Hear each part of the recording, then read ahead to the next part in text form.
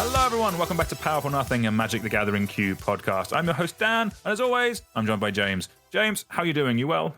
I'm very well. I'm gonna talk about some good degenerate combos today, and I'm stoked for it.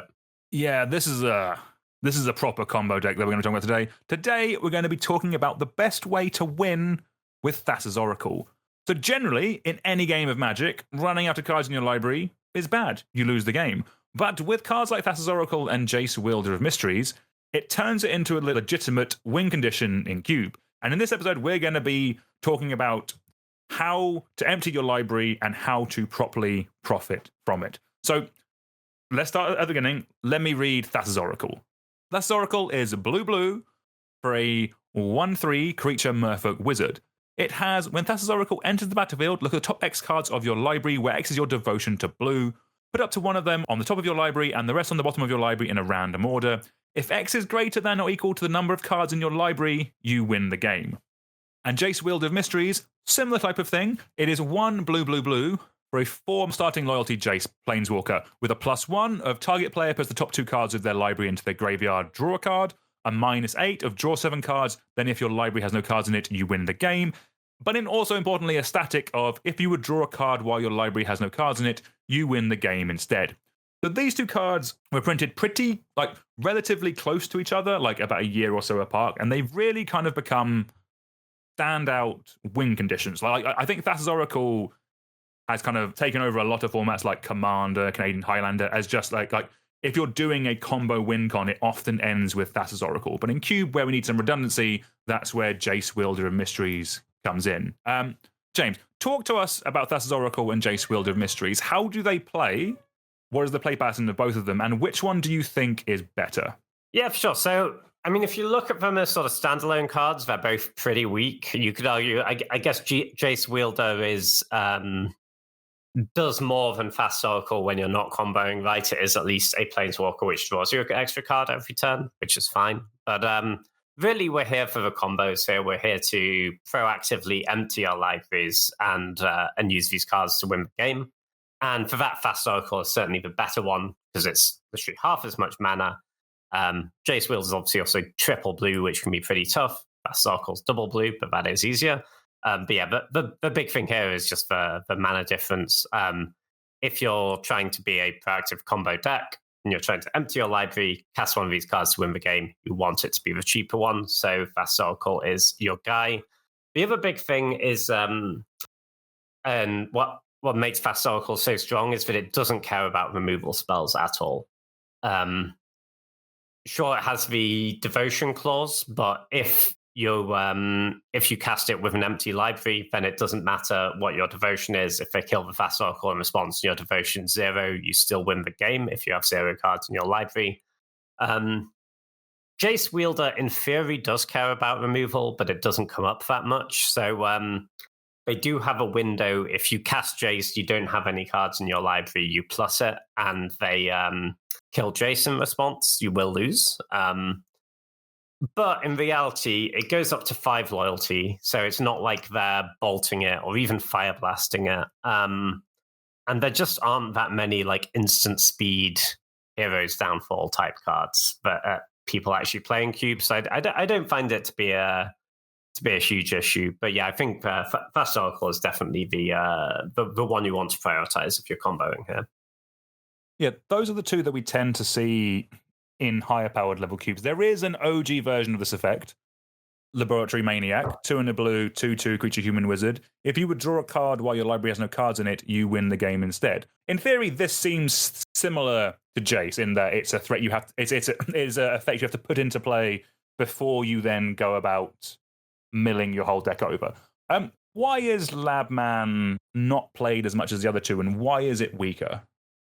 Okay, so there's 2 really big things here. Firstly, it sort of gives you an extra step, right? Because if you have Thassa's Oracle, you need to empty your library, cast Thassa's Oracle, you win the game right away. If it's Labman, you need to empty your library, cast Labman, then draw another card. It doesn't say if you have no cards in your library, it says if you would draw a card while you have no cards in your library. Obviously, you could just pass the turn and hope you still have a Laboratory Maniac drawing your next draw step. That is not a good plan to win many games of Cube. because if they remove it, you are just going to die immediately.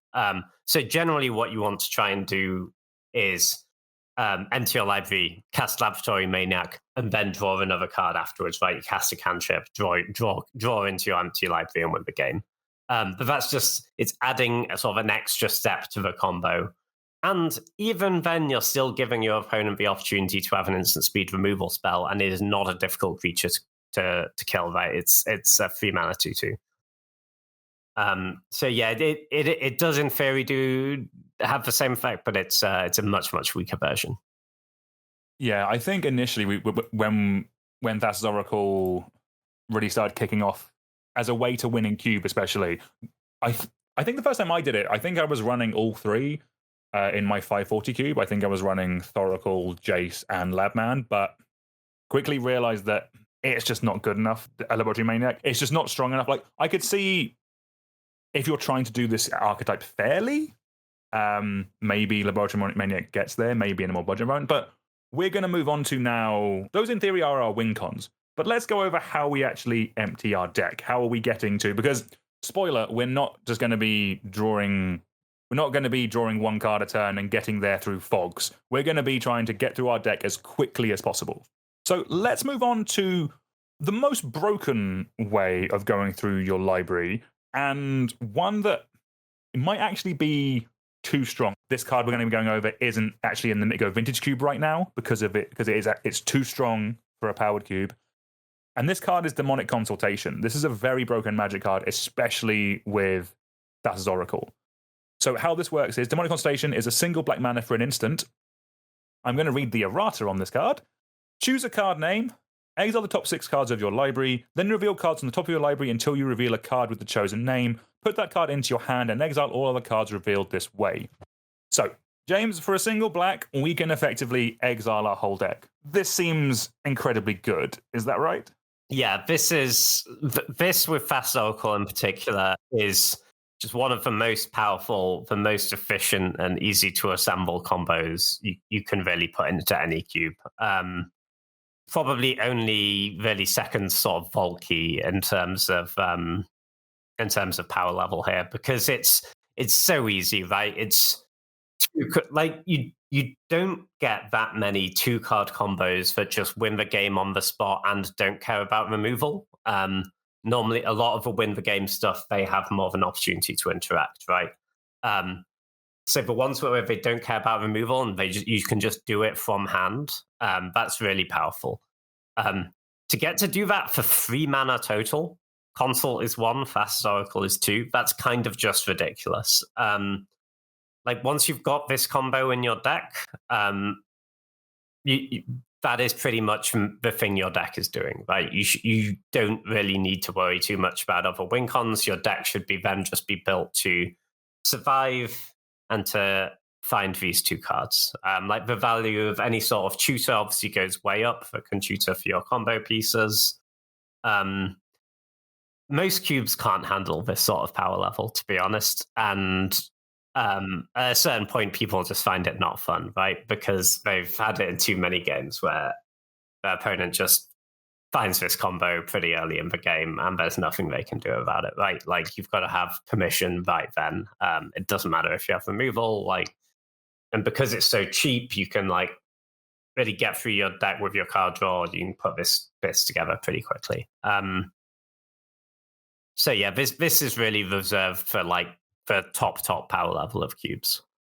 Yeah, we're talking Time Vault. We're talking Initiative. This is upper echelons. Because the other thing as well that you can do with Demonic Consultation is, if you think you're close to losing and you haven't assembled your pieces, but you have the Demonic Consultation in hand, you can name Thassa's Oracle. And if it's not in the top 6 cards of your deck, you will then go through and tutor for the Thassa's Oracle. It is a way of finding that Wincon piece. Yes, you will need another way of exiling your library, but it still leaves you. It means you're not dead. It leaves you open. And if you're a blue deck because you're running Thassa's Oracle, you could just run a Snapcaster Mage and snap it back, cast Demonic Consultation twice. That's quite good. That's quite strong. We had this in my cube when Thassa's Oracle first got printed, and the player who won with it twice in a row said it needed to be cut. Yeah. It's I think unless your cube unless you just want to max out the power level of your cube in every possible way, I probably wouldn't recommend this. Because it is also the thing that after a while, this isn't that fun, right? Like there's nothing cool going on really here, right? Like it is just cast this card, cast this other card. Like nothing else needs to happen. You don't need to do any work. So I think, it's cool having some powerful win the game combos, but this is like not the most interesting one, I think. And there's a bunch of, to me, way more interesting ways to make the Fast Oracle Jace Wielder stuff work. I will say it is, if you're doing this with Jace Wielder rather than Oracle, it is obviously like a fair amount weaker because it's just talking about 5 mana rather than 3 mana, but still massively powerful, like in a really easy win condition. It probably just means that you have to concentrate a little bit more on staying alive for a few turns and have a bit more interaction to get to the mana, but not a difficult thing to win with at all. That makes sense. Well, let's move on to a more fun way of winning. It is harder, and this is currently the way. Like I think the best way to win with the Thassa's Oracle Jace Wielder of Mysteries style deck currently in Vintage Cube, and that's Doomsday. So Doomsday is black for a sorcery. Search your library and graveyard for 5 cards and exile the rest. Put the chosen cards on top of your library in any order. You lose half your life rounded up. So, James, talk to me about Doomsday. I think most Magic players have at least heard of a Doomsday pile. A lot of people who have played Vintage Cube will probably have seen someone do it against them. But for those who haven't made a Doomsday pile, what are we doing? How does this kind of come together? Yeah, so Doomsday is, I think, a really unique, really fun, but incredibly skill testing card to play with. If you're like, the first time you draft a Doomsday deck is, you will probably find it pretty difficult, I would suggest. Unless you're just like a Magic player who this sort of stuff comes very naturally to, because you really have to think all the way through, and this is during deck building and during the draft, like, because you really what you want to do with Doomsday, right, is you cast your Doomsday, you have a way to draw into your Doomsday pile right away, and then because your Doomsday pile can be any 5 cards from your deck, so those are going to be 5 cards which enable you to, once you've drawn into the first card, you can then get through that 5 cards really, really quickly, ideally in the same turn, and cast your Thassa's Oracle or cast your Jace Wielder and win the game that same turn that you cast your Doomsday.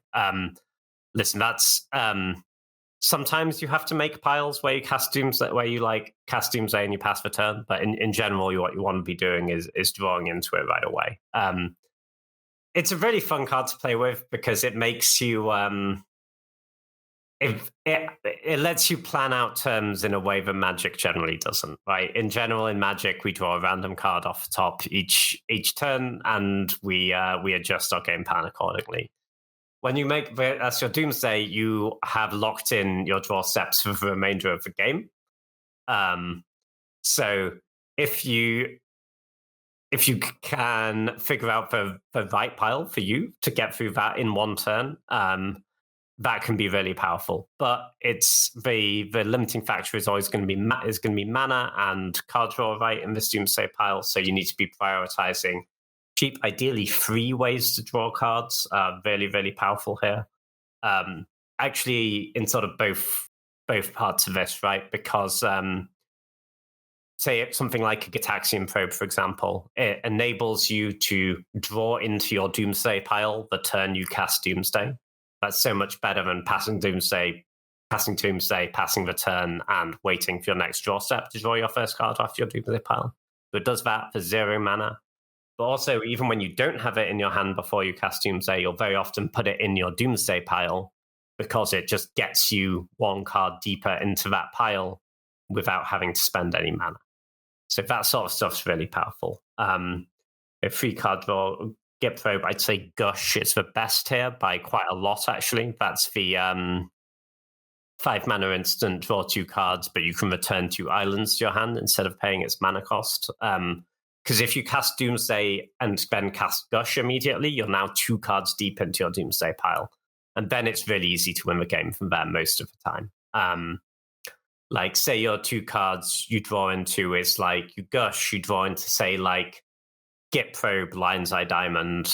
You probe them, crack your diamond with a probe on the stack. Your probe draws you a Thassa Oracle. Your Thassa Oracle wins you the game because you had your diamond mana, right? It's like an example of a nice, easy Doomsday pile you can make if you have the Gush to draw into the first 2 cards. If you're only drawing into the first 1 card, you generally need some more mana to be starting off with, right?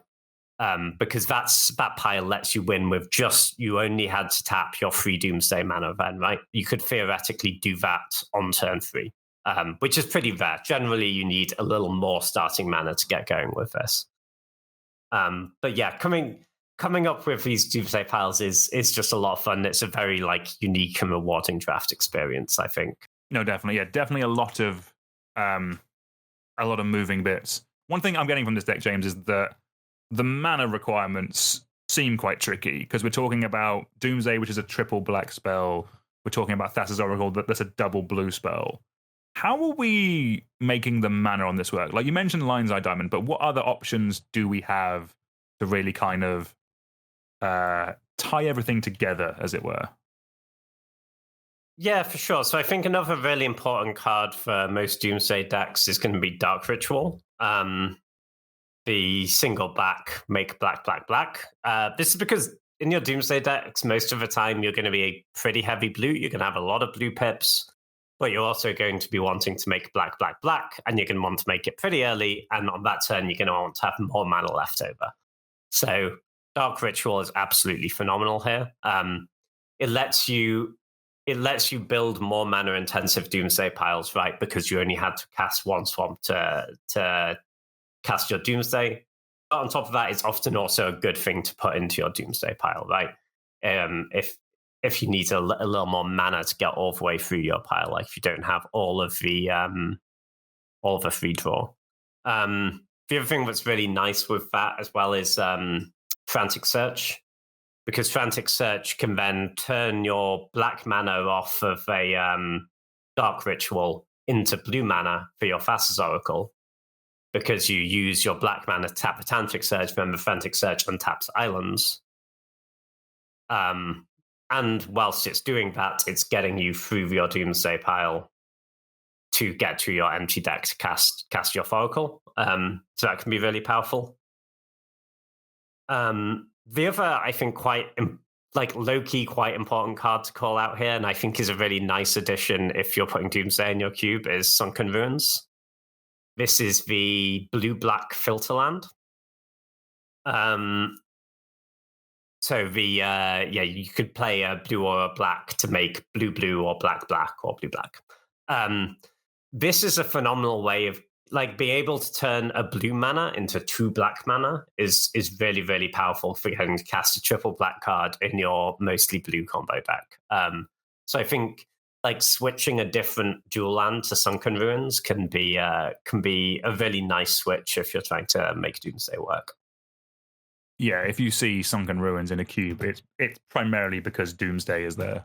There are cheaper, more efficient options if you just want a dual land, but it's a fast track of knowing if this deck is supported in the cube, basically.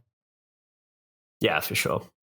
Nice. And then, is there anything else kind of that's either good to be in the deck or useful to be in your Doomsday parts? Kind of is it just other ways of going through your deck, kind of like other cantrips? I know that they're more mana intensive, but how do we feel about things like Opt? How do we think about things like Thought Scour? Are those good in the deck, James? Yeah, for sure. I mean, firstly, the cantrips are all pretty good in the deck because they help you dig to your Doomsday, right? And we really need to cast Doomsday a lot of time in this deck. Going through your Doomsday pile, if you're spending mana on your card draw, you want to be sort of getting as many cards deep for as little mana as possible, right? So Opt is actually not great for getting through your pile because it only gets you 1 card deeper, right? Because your Scry goes on the bottom. Consider is better because you surveil the card into the graveyard. So that actually gets you 2 cards deeper Thought Scour, better again, gets you 3 cards deep because you put 2 cards into your graveyard and draw your card. So yeah, outside of a 3-card draw, like Thought Scour is certainly one of the best you can have. Another nice little addition, actually, if you're it's mostly if you have Thought Scour and you're winning with Thassa's Oracle, Unearth can be a nice little addition here. Just the black Reanimator CMC 3 or less creature. Because then you can make a pile where you draw into Thought Scour, you Thought Scour yourself, you mill the Thassa's Oracle, and then you unearth the Thassa's Oracle. All that does is it saves you a mana, right?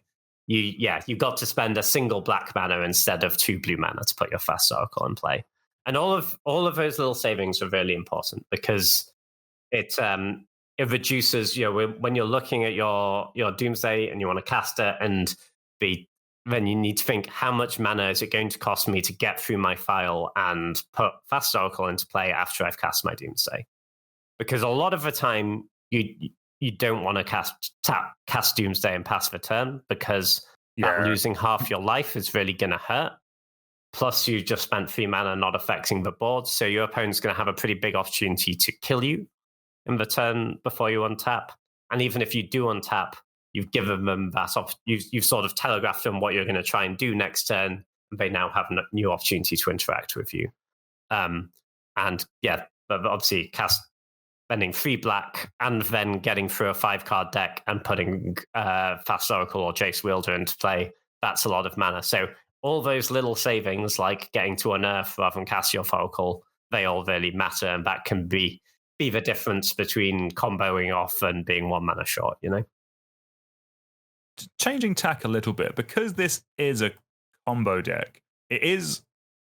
So I can see a world where you've gone through the line of, great, I've Doomsdayed, I set up my pile, I now have to cast a spell that needs to resolve. Are you running any protection in the... Like, is protection good in this pile to kind of like... Because if they mana leak your Thassa's Oracle, you're just sat there with no cards left in deck, and then what do you do? Like how important is protection in these decks, James? You say? Yeah, for sure. It can be really good. It's if you can sometimes, right, you're in the late game, you have a lot of mana. You can maybe afford to build a pile where you're going to be able to draw into, say, a Force of Will and have that up when you cast your Thassa's Oracle. Because opponents might, if they're sitting on 1 counter spell, especially if it's something like a Mana Leak, which is a soft counter, they might be tempted to let your Doomsday resolve and then try and stop you winning with a Thassa's Oracle. Because if they counter your Thassa's Oracle, the game ends, right? You lose. So having the option to build a pile with something like a Force of Will can be really powerful there. If it's early in the game, you're a bit more mana constrained, you might not have that opportunity, right? Because you might be using all the spots for the cards you're drawing into for like mana and more card draw. But it's certainly a powerful option to have. And obviously Force of Will is going to be great in this deck anyway, because we need to stay alive. No, very, very true. One of the main things about Doomsday is that it is a very unique experience. Like we touched on our previous episode about how having Channel in a cube kind of makes a whole deck. Kind of like with Doomsday, you do need a way of profiting from it. You can't just run Doomsday by itself. Actually, maybe that is similar to Channel.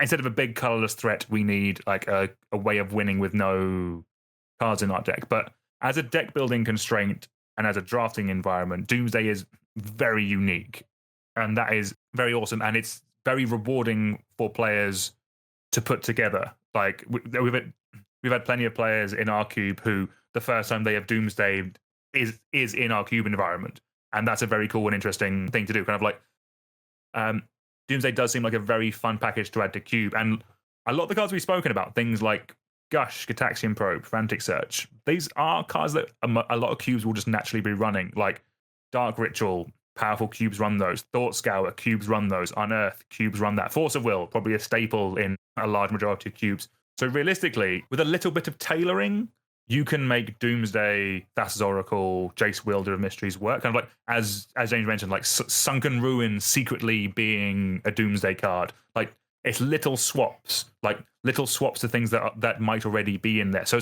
rather than the opt, run the Thought Scour, for example. These small little changes you can make this whole deck exist, and that's one thing I love about Cube. That is awesome. Would you go along with that, James? Yeah, for sure. I think it's a really, really, like, it's a very unique experience to Cube. I think definitely Doomsday decks, because like, sure, you can play Doomsday and stuff like Vintage, but to me it's a lot less cool because it's all predetermined, right? It's your pile going into starting the game of Magic, like or starting into your day even. Exactly. I know Steve Menendian for a long time maintained the Doomsday spreadsheet. This was back in the day when they had to win with Labman. It was all more complicated, but it's like an open source Doomsday spreadsheet where it was like, if they have this combination of 8 pieces in play, what Doomsday pile can you build? Well, in Cube, it's different every time, right? And you're because you always have an imperfect set of resources, and your pile is often not easy and it's not straightforward. And that like makes the experience very rewarding, I think. And I still manage to screw it up quite a lot, regardless. And when you do make it work, I think it's a lot of fun. Actually, quick question, James.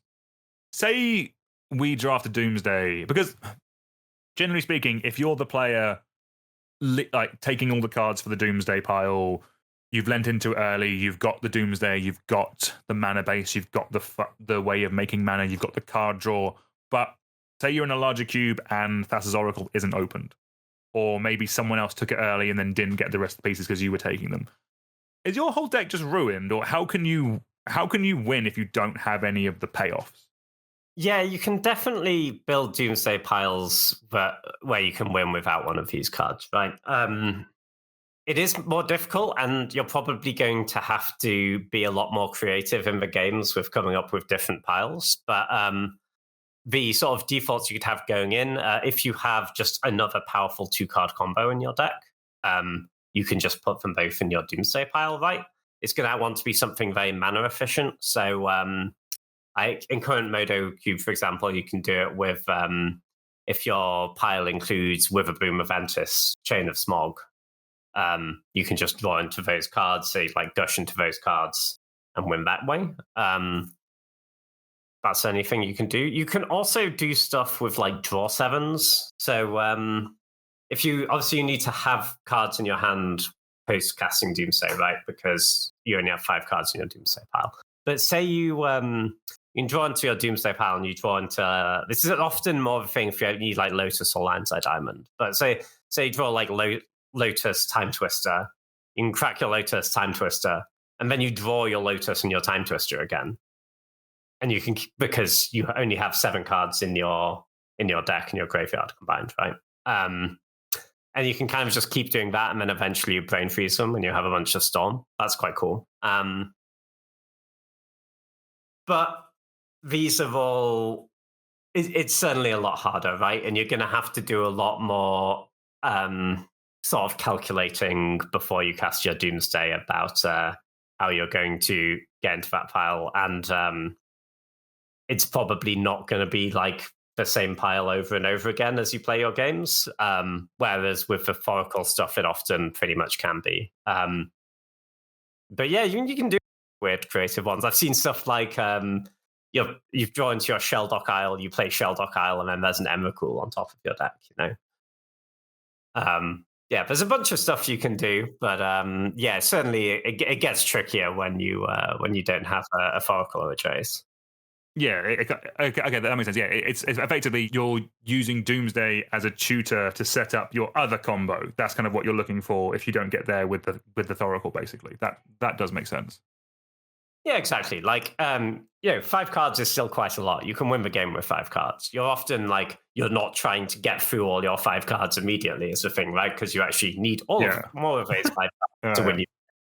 Cool. So yeah, we've been talking about Doomsday a fair bit because that is kind of the I'm going to say the de facto way of doing this type of deck in the Mega Vintage Cube and in a lot of cubes. But there are other ways of churning through your deck really quickly that we kind of want to touch on.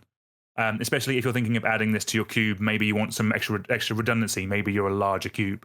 One card we wanted to shout out is Thought Lash. This is a very unique card from Alliances. Thought Lash is 2 blue for an enchantment, cumulative upkeep, exile the top card of your library. And whenever a player doesn't pay this enchantment's cumulative upkeep, that player exiles all cards from their library and exile the top card from your library, prevent the next one damage that would be dealt to you this turn. So am I reading this correctly, James, that you can just cast this and exile your whole library to prevent any amount of damage that's coming at you? Can you just do that straight away? Yeah. No cost involved. You can dump your whole library immediately. But it also gives you that control, right? And it's not like something like Consult, where if you consult and name a card that's not in your deck, you're committing to exiling your whole deck. You can do it incrementally. And it does some like kind of neat stuff when you don't want to immediately exile your whole deck too. So obviously, like the sort of baseline we're going for here is we cast this, we exile our deck, we cast Thassa Oracle, we win the game. Right? That's easy. We can all work that out. It's kind of expensive, but it can work. But the nice thing with this compared to something like casting, say, Jace Wielder and trying to untap with it, this is an enchantment. Enchantment's pretty hard to kill. Like, of all the permanent types, enchantments tend to be people don't have that many answers, right? So it is very reasonable to just cast Thought Lash, pass the turn. It's really hard for your opponent to kill you that turn because you can just exile a bunch of cards and not take any damage. And then if you have your other combo piece in hand, you can just cast it next turn, exile your library, win the game. That's nice. That can be like a relatively quick kill, right? That can be like turn 5 without any acceleration. But even better than that, if you have, if you don't say you have the Thought Lash, but you don't have your Thassa or your Jace or whatever you're trying to combo with it, if you have a way to look at the top card of your library, and there are quite a lot of these in Magic now, right? They print so many cards that are like, you can look at the top card of your library, you can play whatever type of card we have chosen for this one off the top. So like your Courser of Crew Fixers, your Mystic Forgers, all this sort of nonsense. Anyway, where you can look at the top card, this can then give you a ton of selection, right? So say you have Courser in play and you cast this, you can just you look at the top card, you keep exiling cards until you see the Thassa Oracle or whatever you're trying to win with on top. Then you draw into that Thassa Oracle, cast it, exile the rest of the cards, you win the game that way. You do have to be a bit careful with when you do this because if you can't like draw into it right away, if you have a cantrip or anything, you don't want to end up in the spot where you like exile till your Thassa Oracle's on top. Then you go to your upkeep, you have to pay cumulative upkeep, or this goes away. Oh no! You don't want to exile your Thassa Oracle, but it still works. You just have to bear it in mind. You just have to. Often, if you're just looking for Oracle, you'll like pay the cumulative upkeep. Then, before your draw step, you will exile cards until you find the Oracle. And then even if you're not finding the Oracle right away, though, that's still just a ridiculous amount of selection, and you can. You can keep hitting lands for your Courser, or you can find cards you can cast off. It does a lot of like interesting and powerful stuff, and it keeps you alive. I know. I actually kind of believe in this one. I think it's probably not for powered cubes, but I think like most cubes below that, like this with like a Oracle is pretty good. It's also nice that the mana looks so much nicer.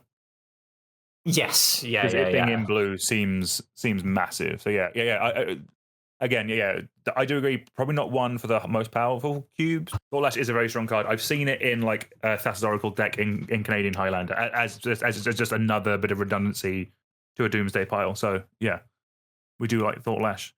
All right, another card we wanted to touch on is Tainted Pact. This is a very unique. Shockingly, in an episode where we're talking about Thassa Oracle and Doomsday, we have another unique effect. Tainted Pact is 1 black for an instant. Exile the top card of your library You may put that card into your hand unless it has the same name as another card exiled this way. Repeat this process until you put a card into your hand or you exile 2 cards with the same name, whichever comes first.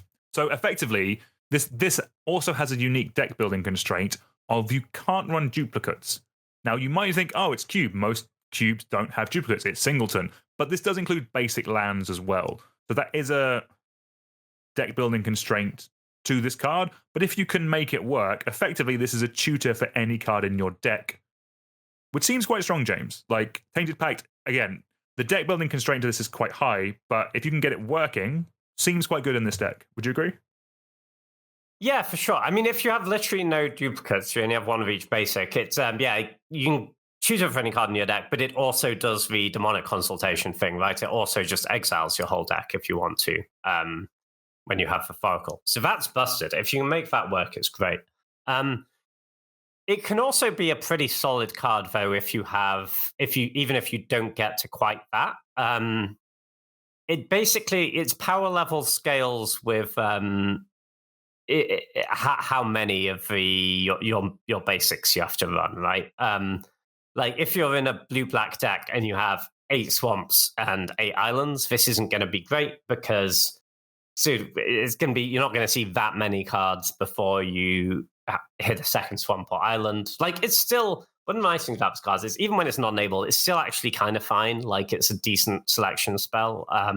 You can kind of view it as like a nice cantrip. Like, you've just got to play fairly cautiously. Once you've like hit the first swamp, you're like, oh, the next one might be a swamp. If I hit a good spell, I have to take it. But if you can be in a spot with, say you're like a Sultai deck, right? You have, say, like 8 non-basics, and then you'll have like 3 islands, 3 swamps, 2 forests. Tainted Pact's going to be really good in that deck. Because when you cast it early, you're just going to be like, until you hit the first one of the swamps of the islands, you can keep exiling, right? You don't have to worry until you hit a good card. Once you've got hit, say, 1 swamp, you'll be like, well, there's 2 more left in this, like, 20 cards. Like, when I hit a good spell, I'll take it. I'm obviously not, like, exiling my deck and doing the Thassa Oracle thing, but it is a powerful piece of card selection. Like, I'm only paying 2 mana for this.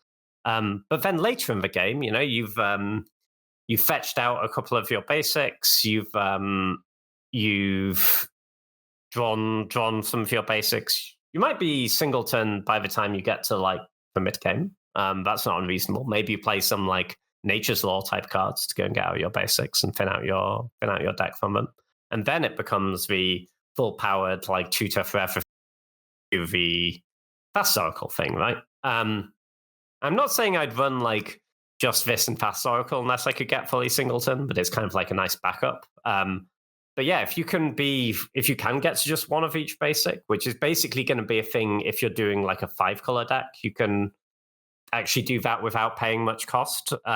Like, it's not that rare if you play full, like, if you're doing the whole like 5-color domain thing, for example, but you just naturally only play one of each basic.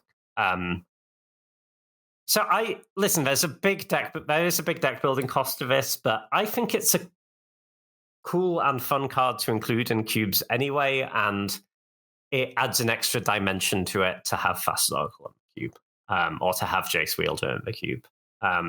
So I think, yeah, for that reason, it is certainly one, like, but it's worth bearing in mind. Again, the definition of a build around, but it is very cool. Yeah, I think it's cool that it makes you think about something you don't have to think about very often during deck building, right? No, 100%. Let's keep it going, because there was a card printed actually quite recently, like this year, Stillness in Motion, that we think goes in this deck. 1 and a blue for an enchantment. At the beginning of your upkeep, mill 3 cards. Then if your library has no cards in it, exile this enchantment and put 5 cards from your graveyard on top of your library in any order. So this feels a little bit slower, in fact, quite slower than Doomsday, but it will still give you the ability to do the thing. Like, do you think that this is one for lower powered level cubes who maybe Thassa's Oracle's too good, but maybe Jason Lab Maniac is a nice level for a more slower environment? Do you think that's fair? I think that seems reasonable. I mean, I think even if you're in lower power level cube, right, maybe Thassa's Oracle is still fine if your enablers are like this and Tainted Pact, say, because Tainted Pact has a really big setup cost. Yeah, I don't know. I kind of like the idea, or like Fort Lash even. I kind of like the idea of like a more like mid-power level cube where you have like a Jace Wielder, a Thassa's Oracle, this, and a Fort Lash as a little package. I think that could be quite cool. I like this card especially if you have other cards that care about milling yourself as well, because for all the turns between when you cast this and making your mini Doomsday pile at the end, this is just a card that is milling you for free every turn. So if you have other reasons to care about self-mill, that seems kind of strong. Yeah, I do like this one. It does seem cool. Another couple of cards just to finish things off. I guess we are kind of ramping up the power level with this one. And it's Oath of Druids. Oath of Druids is 1 green for an enchantment. At the beginning of each player's upkeep, that player chooses target player who controls more creatures than they do and is their opponent. The first player may reveal cards on top of their library until they reveal a creature card. If the first player does, that player puts that card into the battlefield and all other cards revealed this way into their graveyard. So this can be extremely strong if you have very little. Like normally in an Oath of Druids deck, you're not running that many creatures, but going down the Thassa's Oracle or Jace Wielder of Mysteries route with it is quite nice. Like this with Thassa's Oracle specifically is a bit rough, but if your only creature in the deck is Labman, it means you will win on the next upkeep if they don't kill the Labman, or if there's no creatures in your deck and you just have the Jace. This does win you the game if they have one creature. That's that's interesting. The reason we added this one to the list is because normally if we're already doing Doomsday, that's the kind of cube that can normally fit in an Oath of Druids, and like it's not going to be the most common way of winning with a Thassa's Oracle or with a effect that wins with no deck or with no cards in library. But if it's already there, it is a thing of you probably can make it work. Is that fair, James? It's interesting. Yeah, I think it's kind of tough because you kind of need to play this and play and have your Jace and your Labman and untap with them, right? You don't get to win the turn you play those cards because obviously if you're oathing into an empty library, that happens in your upkeep. So you need this creature already in play in your draw step, right? Which is it's kind of tough because you've given them their whole turn to interact. You've just like tapped out for your Jace Wielder, say, and you have an oath and you say go, and they have a whole turn to do what they can to that board state. Yeah, I mean, Oath is a cool card. You should put it in your cubes, but I'm not hugely convinced by it in this context. No, that's fair. Yeah, definitely doesn't work with Thassa's Oracle, but Oath is one that kind of scales nicely with power level of cube, I think, like depending on what you're cheating in. So there is a world where maybe in slower cubes, a fair Oath deck might be able to exist. What do you think of Inverter of Truth, James? This is 2 black for a 6/6 devoid flyer that when it enters the battlefield, exile all cards from your library face down and shuffle all cards from your graveyard into your library. We saw this take over Pioneer effectively in a similar sort of deck to what we're talking about. Kind of, how do you feel about the Inverter, James? Yeah, it's an interesting card. There's a few big differences here, right? So essentially, you're making your graveyard is going to become your library. So if you've got your win condition in your graveyard or in your hand, you can theoretically get access to it, and hopefully your graveyard is pretty small, so you can get through that remaining library pretty quickly. The issue is you just don't have that much control all the time over what's in your graveyard. Like, sure, you can take proactive steps to put stuff there, but also stuff is going to end up there when they like cast a discard spell, or you crack a fetch land, or they mill you, or you mill you, you know. And because it's a shuffle, you don't get to pick the order like you do with Doomsday. You can draw these cards. It could end up being pretty unfortunate. I think the ideal use case for this is just like you cast this with no cards in your graveyard, and then you cast your win condition, right? But there's a lot of ways they can interact with that, and a lot of ways they can put cards in your graveyard. So I think it's a little bit tough. Although it is a 6/6 flyer for 4 also, so sometimes that will win you the game, I guess. the piles of Doomsday can be quite daunting especially for newer players. Like, I'll be honest with you, I find it daunting, and I've been playing Magic for over half my life. There is a world where maybe Inverted Truth at least kind of like have it in your cube, because taking the piles away from your players might mean they're more likely to do it, because it's like, I can try and do something that makes it work. And like there are ways of you controlling your graveyard, like delve spells work quite well with this. Like treasure cruising with this seems quite good if you can like really help control what's in your bin. Again, not as strong as Doomsday, but I think it has a place. The last card we're gonna touch on is oddly more of a replace to the Thassa's Oracle than to the Milling, and that's Nexus of Fate. Nexus of Fate is 5 blue for an instant. Take an extra turn after this one. The Nexus of Fate would be put into a graveyard from anywhere, reveal it, and shuffle it into its owner's library instead. So this is sort of a Thassa's Oracle, in that if you mill your whole deck over, this on your upkeep, or this when it goes to your graveyard, will go on top of your library. If you can then cast it every turn, you in theory will take extra turns infinitum. Now, this does require you to have 7 mana in play when you've milled your whole deck, and a way of winning the game. Because if you don't have like an evasive creature or a planeswalker that can tick up and win the game, effectively you've just drawn it. But it is a cool way of winning the game in these kind of self-mill piles. Like, it's one I've had in my cube for a while. I don't think anyone's ever done it, but the dream is there. I'm a fan of extra turn spells anyway, so for me this was kind of like a nice little crossover because it kind of goes over with some other decks. But I think Nexus of Fate is a cool backup win-con to this deck, and if I'm honest with you, I think I prefer it, and I think it's more likely to win than Labman in higher powered level cubes. See that? I mean, it has a lot more utility than than something like Labman, right? Because it's, I mean, Time Walk's always powerful, and it can. You don't necessarily have to get to being completely empty the first time you cast it, right? Because you cast it, it gets shuffled back in. You find it again, you cast it again, and each time, your library's got smaller because you're seeing more cards. The game is progressing, and it just gets progressively easier and easier to find it again as you combine it with your card selection spells. That's cool. Maybe this is the way you do it with Oath of Druids, right? Mm-hmm. You Oath with no creatures in your deck. Everything gets milled into your graveyard, but then this goes back into your library, and then you draw Nexus of Fate every turn for the remainder of the game. And you still need a way to win, but that could be an angle, I suppose.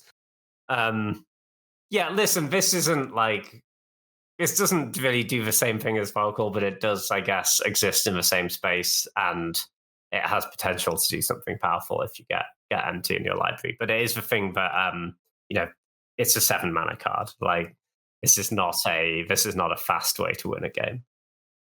100%. But I think one of the things that I've kind of taken away from this episode is that the reason why Thassa's Oracle Demonic Consultation is the best is because it's neat and it's cheap and it's efficient. But that's too good for most cubes. Every other way involves some kind of, I'm going to say, faffing around. Yeah. We're here to faff around. Yeah. Right? And that's kind of what makes this deck cool. Like Demonic Consultation is too linear. It's too boring. But it's strong and it's very unrewarding to do. It's very unrewarding for a repeated cube play. Everything else we've mentioned, janky or not, is at least you have built the Rube Gold machine. You have gone ultimate Timmy. You have made the engine in some way, and that's one of the most interesting things about these decks. Is like there's a bunch of other ways we haven't talked about. Like there's Hermit Druid. There's a bunch of other cool ways you can go through your deck and win with these type of spells. Kind of the point of the day was kind of like talk about the ones that see the most cube play or can tangentially see cube play because they work in other strategies that often see play in cube. Yes, for sure. And it's I think this is it gives your cube a greater breadth of of gameplay experiences, I think, having this sort of combo in there, and you kind of don't have to add that many cards to make it work. So I do quite like it as an addition for a lot of cubes. And I think outside of the consort thing, it's hard for this to become a sort of dominant strategy, right? Because all the others, you do need like quite a lot of different moving pieces to come together. So mostly it ends up being good when other people aren't taking them, right? And that's kind of what you want for this sort of deck. So yeah, I think this is a pretty fun thing to add to a lot of different cubes. And I think it is worth looking like beyond just Doomsday. So I think some of the other ones do work. I quite like the idea of like in a mid-power level cube, I think having Doomsday, Fort Lash as your two enablers, and then Foracle, Jace as your two Wincons is a pretty nice place to be, because it means that those Wincon cards still have some text when you don't open Doomsday. Yeah, definitely. I'd agree with that. And it is definitely a thing of, there'll be some players in your play group who will hate this and never want to touch it, but there'll be some people who this is like their peak of Magic. This is like the most thing they want to do. And talk with your playgroup, see if it's something that they want. And I would be shocked if there wasn't one or two people in your playgroup who weren't, yes, let's add Doomsday because it's cool. And even if you're a playgroup that hasn't tried it before, as we went over, try it. It's really, really cool. Like of all the cards we've mentioned, Thassa's Oracle is probably the most expensive. But if it's something you haven't tried before, this is the perfect place to proxy to test it and see if you like it. It'll also definitely get a reprint at some point in the future. It's been in secret layers. It'll get reprinted. It'll be fine. Every other card we mentioned isn't super expensive, between the $5 to $10 range, that kind of stuff. So it's definitely something that you can try. It's an archetype that both me and James really, really like. And it's one of those archetypes that leads to the most amount of stories. And that's awesome, especially when you're cubing with your friends and stuff. It makes games that people remember, and that is sweet. For sure. Like, you remember the times you drafted Doomsday more than the times that you drafted Rule Aggro, right? Yeah. Awesome. Right, well, that's going to do it for today. James, pleasure on that one, man. That was really good. Oh, always a pleasure. Wonderful. All right, that's going to do it for today. Everyone listening, please give the podcast a 5-star review, tell a friend, all that good stuff. Whatever you can do greatly helps us out. Until next time, it's goodbye from me, and it's goodbye from James, and we'll see you all soon. Goodbye.